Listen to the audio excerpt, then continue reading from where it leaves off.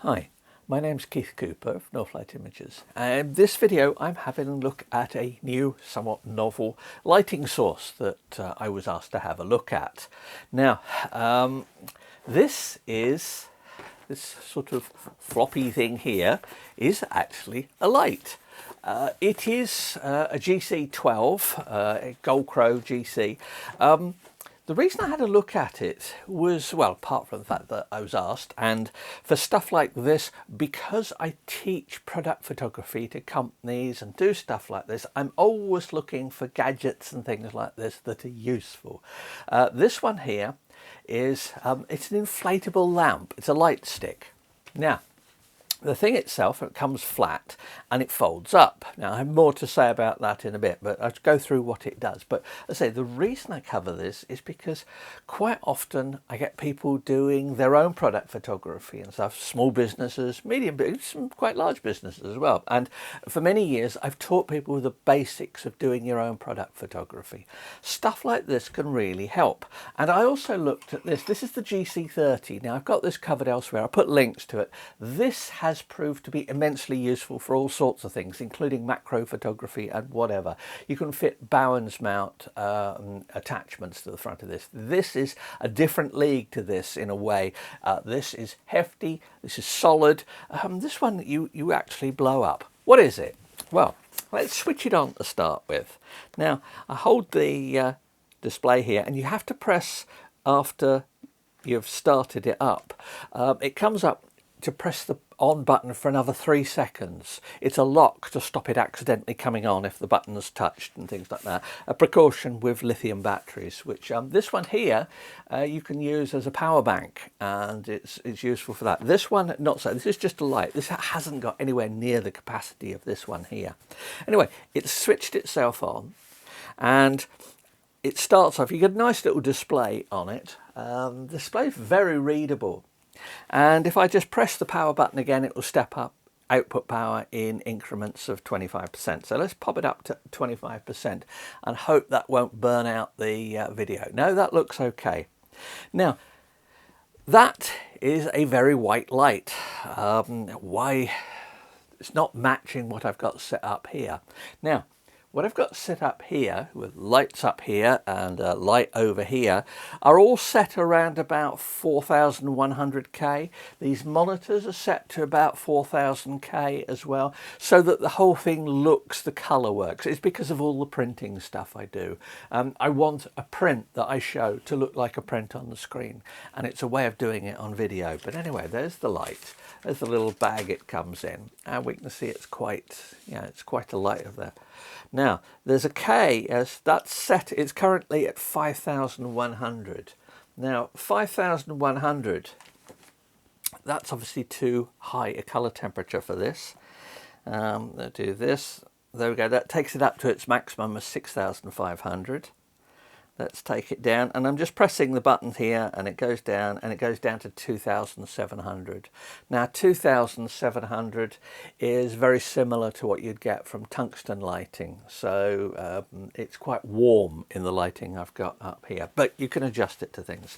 The colour accuracy is moderately good. If you were to use this thing, you might find that you wanted to do some white balancing, and certainly, let's just get this out. This is the video version of the color checker card.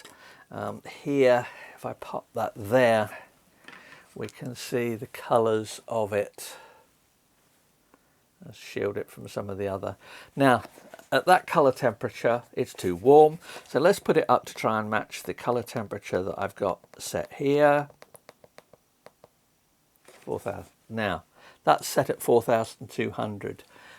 It should be a fairly good, let's just take this here. It should be a fairly good indication of the light quality.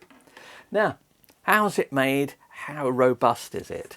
It is inflatable. It's not a robust thing. Now, they do make a point of telling you that it's not a flotation device. So, obviously don't take it in at the swimming pool. It is waterproof because the USB charging socket on the bottom has a rubber seal on it, so you can actually seal that to make sure water won't get into it. Don't know what the IP rating for it is, but it's quite useful. Now, put that, let's pop it, and there we go. We got it at full brightness, so that's obviously quite. There we go. New lighting setup for me. Or maybe that side, I don't know. Yeah, which is my best side. Don't have one. But anyway, I pop the. The display gives you an idea of how much charge there is. The display also tells you it's estimated how long you've got. Now it's telling me that it's got 5 minutes worth of use at this. This seemed a little pessimistic, and it lasts quite a while, I've found. But why would you bother using it? Well, it's obviously a light stick, it's a light source, it's a great way. Has convenient things, and you need to be careful with these because there are some very powerful magnets on the back of it. So you can just stick it to things. Now, I'm not going to put it near anything here because they are very strong magnets, but it will clamp in.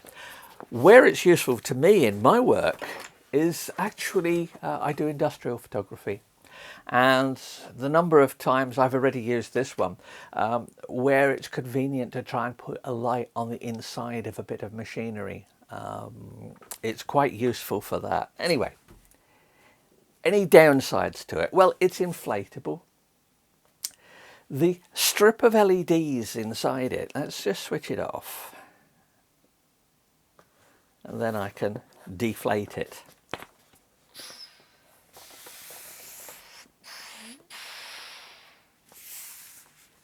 The strip of LEDs inside it, I'm not sure how many repeated bendings that would take. It comes with a little, rather noisy but very effective fan that pump to inflate it. And you can, once it's deflated, you can fold it up, and there you go, you've got it like that. Now, if I was using this in the studio, I would hang it up, there's a little thing like that. I would not store it folded. It's something, I don't know how many times it will take being folded, and certainly if you put it in a bag and things like that.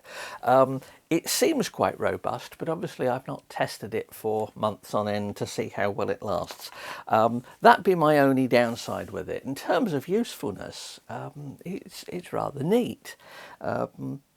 Yeah, so there you have it. Gold Crow 12 inflatable lamp.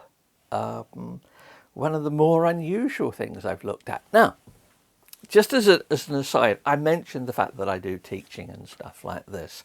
I find that having kit like this just makes it easier for people to get the idea. I teach people who do product photography in all sorts of businesses, right from people doing starting up their own businesses and wanting to photograph some of their stuff, right up to largish companies.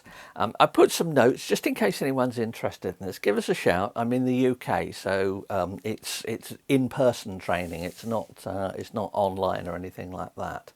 But I always take stuff along like this with me when I'm doing these sessions because people, it just gives them ideas. Yeah, rather neat little thing. I hope to have an example at some point. I haven't done much industrial photography for the last month or so. We've had various family issues, and unfortunately Karen's mother died yesterday, which is, so work is not proceeding its normal ways, but I'm going to carry on doing the videos. I've got lots of bits and pieces like this to cover. I know some people subscribe to the channel as for me just doing printer stuff, but I do far more than just printer stuff. So there you have it. Inflatable lamp. Who'd have thought? But yeah, a useful thing. This one though really is useful. Anyway, thanks very much for watching, and if you've got any questions, let me know. Thanks.